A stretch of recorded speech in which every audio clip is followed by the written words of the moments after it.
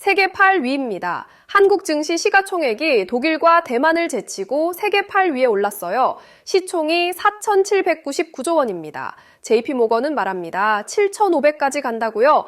오늘은 역대급 랠리를 펼치는 한국 증시를 파헤쳐 보겠습니다. 시작 전에 좋아요와 구독 부탁드립니다. 한국거래소에 따르면 지난 6일 종가 기준 코스피와 코스닥, 코넥스 시장 합산 시가총액이 4,799조 3,607억 원으로 집계됐습니다. 같은 날 대만증권거래소가 공시한 대만 주식시장 시가총액은 4,798조 6,792억 원이었어요. 한국이 약 6,800억 원 앞섰습니다. 근소한 차이지만 의미는 큽니다. 대만을 제친 겁니다. 작년 말까지만 해도 어땠을까요? 세계거래소연맹 자료를 보면 작년 12월 기준 한국거래소 시가총액은 2조 7,556억 달러로 13위였어요. 국가별로는 10위권이었습니다. 당시 1위는 나스닥 37조 5천억 달러, 2위는 뉴욕증권거래소 31조 4천억 달러, 3위는 중국 상하이 증권거래소 9조 3천억 달러였습니다. 한국은 미국, 중국, 유럽연합, 일본, 홍콩, 인도, 캐나다, 대만, 독일에 이어 10위에 그쳤어요.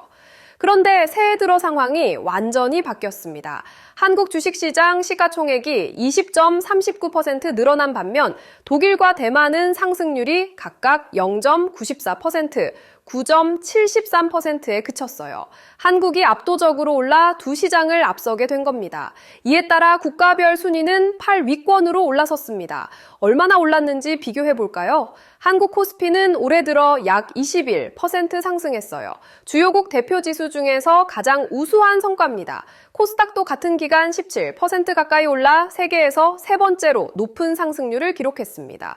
반면 독일 DAX30 지수는 0.94%, 대만 각원 지수는 9.73% 상승에 그쳤어요. 한국이 얼마나 압도적인지 보이죠? 왜 이렇게 올랐을까요? 첫째, 반도체 슈퍼 사이클입니다. 삼성전자와 SK하이닉스가 급등했어요. HBM 경쟁력이 입증되고 AI 수요가 폭발하면서 실적 개선 기대가 커졌습니다. SK하이닉스는 HBM을 독점 공급하고 있고요. 삼성전자도 경쟁력을 확보했습니다. 시장에서는 AI 칩 수요가 지속되고 HBM 공급이 부족하며 가격 상승 압력이 있어 실적 개선이 확실하다고 봅니다. 코스피에서 삼성전자와 SK하이닉스 비중이 크기 때문에 반도체 슈퍼사이클이 곧 한국 증시 상승으로 이어진 겁니다. 둘째, 정부 정책 기대감입니다. 밸류업 프로그램이 본격화되고 있어요. 기업 가치를 제고하고 주주 환원을 확대하며 배당을 증가시키라는 압력이 커지고 있습니다. 코리아 디스카운트 해소 노력도 있고요. 지배구조를 개선하고 투명성을 강화하면서 외국인 관심이 증가하고 있어요. 규제 완화도 진행 중입니다. 자본시장을 활성화하고 상장 요건을 개선하며 거래 환경을 개선하고 있습니다. 효과가 나타나고 있어요.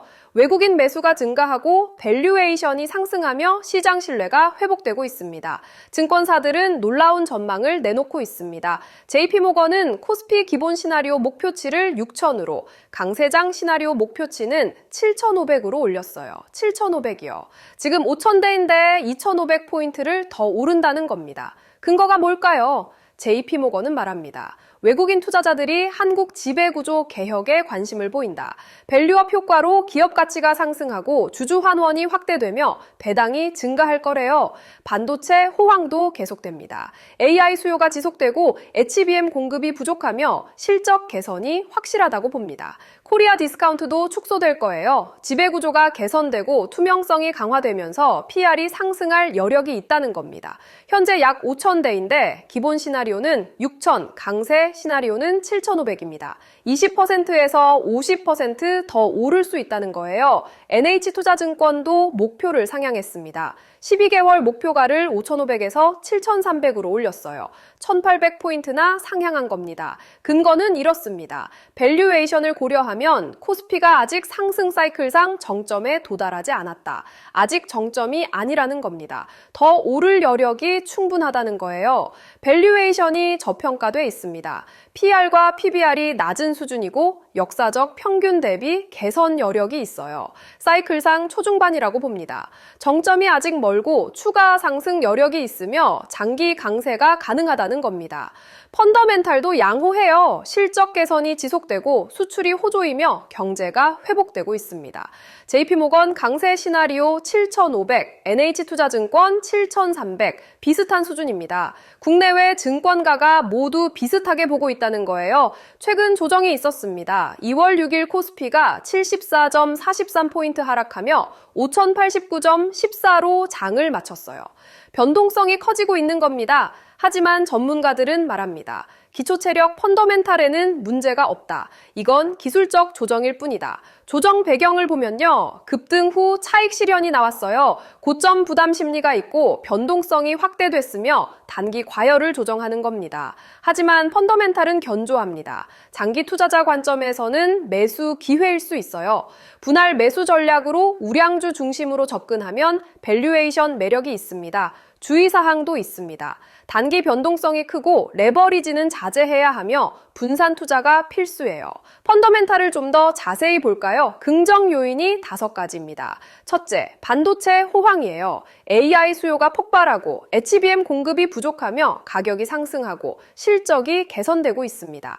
둘째, 수출 호조입니다. 반도체 수출이 증가하고 IT 수출이 강세이며 무역 수지가 개선되고 있어요. 셋째, 기업 실적이에요. 1분기 어닝 시즌이 기대되고 반도체 업황이 호전되며 이익 증가가 전망됩니다. 넷째, 정책 지원입니다. 밸류업 프로그램과 규제 완화, 시장 활성화가 진행되고 있어요. 다섯째, 외국인 매수예요. 지배구조 개선에 관심을 보이고 한국 비중을 확대하며 신흥국 중에서 선호하고 있습니다. 부정 요인도 있습니다. 변동성 확대예요. 단기 조정이 가능하고 고점 부담이 있으며 차익 실현 압력이 있습니다.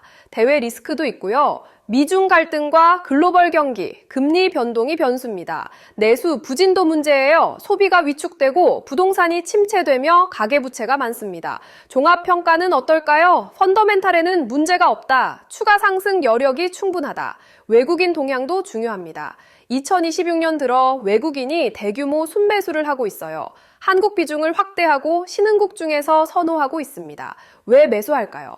첫째, 지배구조 개선이에요. JP모건이 말했듯이 외국인 투자자들이 한국 지배구조 개혁에 관심을 보이고 있습니다. 둘째, 밸류업 기대입니다. 주주 환원이 확대되고 배당이 증가하며 기업 가치가 상승할 거예요. 셋째, 반도체 호황이에요. AI 수혜를 최대로 받고 HBM을 독점 공급하며 실적 가시성이 있습니다. 넷째, 저평가 해소입니다. 코리아 디스카운트가 축소되고 PR 상승 여력이 있으며 리레이팅이 기대됩니다. 이게 선순환 구조를 만들어요. 수급이 개선되고 지수 상승 동력이 생기며 또다시 외국인이 매수하는 겁니다. 투자 전략은 어떻게 해야 할까요? 장기 투자자라면 3가지를 기억하세요. 우량주 중심으로 가세요. 삼성전자, SK하이닉스 대형주 위주로 접근하는 겁니다.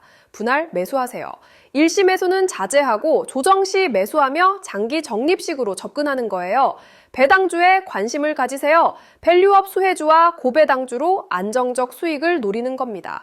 단기 투자자는 어떨까요? 변동성을 활용하세요. 조정 시 매수하고 급등 시 차익을 실현하며 손절 원칙을 지키는 거예요. 모멘텀을 주시하세요.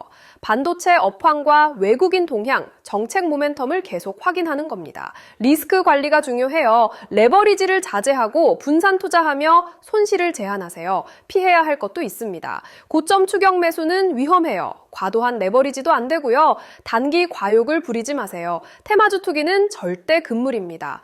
앞으로 어떻게 될까요? 낙관 시나리오는 7,500입니다. 반도체 호황이 지속되고 밸류업 효과가 본격화되며 외국인 매수가 계속되고 지배구조 개선이 가속화되면 JP모건 강세 시나리오가 실현됩니다.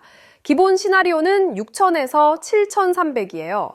펀더멘탈이 양호하고 정책 효과가 점진적으로 나타나며 실적 개선이 지속되면 증권사 평균 전망이 맞습니다. 보수 시나리오는 5,500에서 6,000이에요. 대외 리스크가 부각되거나 조정이 장기화되고 실적이 기대에 미달하면 이 정도 수준일 수 있습니다. 리스크 요인은 5가지입니다. 미중 갈등 격화, 글로벌 경기 둔화, 금리 변동성, 반도체 업황 변화, 정책 불확실성이에요. 전문가 컨센서스는 명확합니다. 펀더멘탈에 문제가 없어 추가 상승 여력이 있다. 세계 8위입니다. 한국 증시가 독일과 대만을 제치고 시총 4,799조로 8위에 올랐어요. 올해만 21% 급등했습니다. 주요국 중 1위예요. JP모건은 7,500을 전망합니다. NH투자증권은 7,300을 목표로 했고요. 반도체 슈퍼사이클과 정부 정책 기대감, 외국인 매수가 몰려 이뤄낸 성과입니다. 펀더멘탈에는 문제가 없어요. 추가 상승 여력이 충분합니다. 과연 7,500까지 갈 수 있을까요? 지금 투자해도 될까요? 좋아요와 구독으로 응원해주세요. 댓글로 여러분의 생각도 들려주세요. 감사합니다.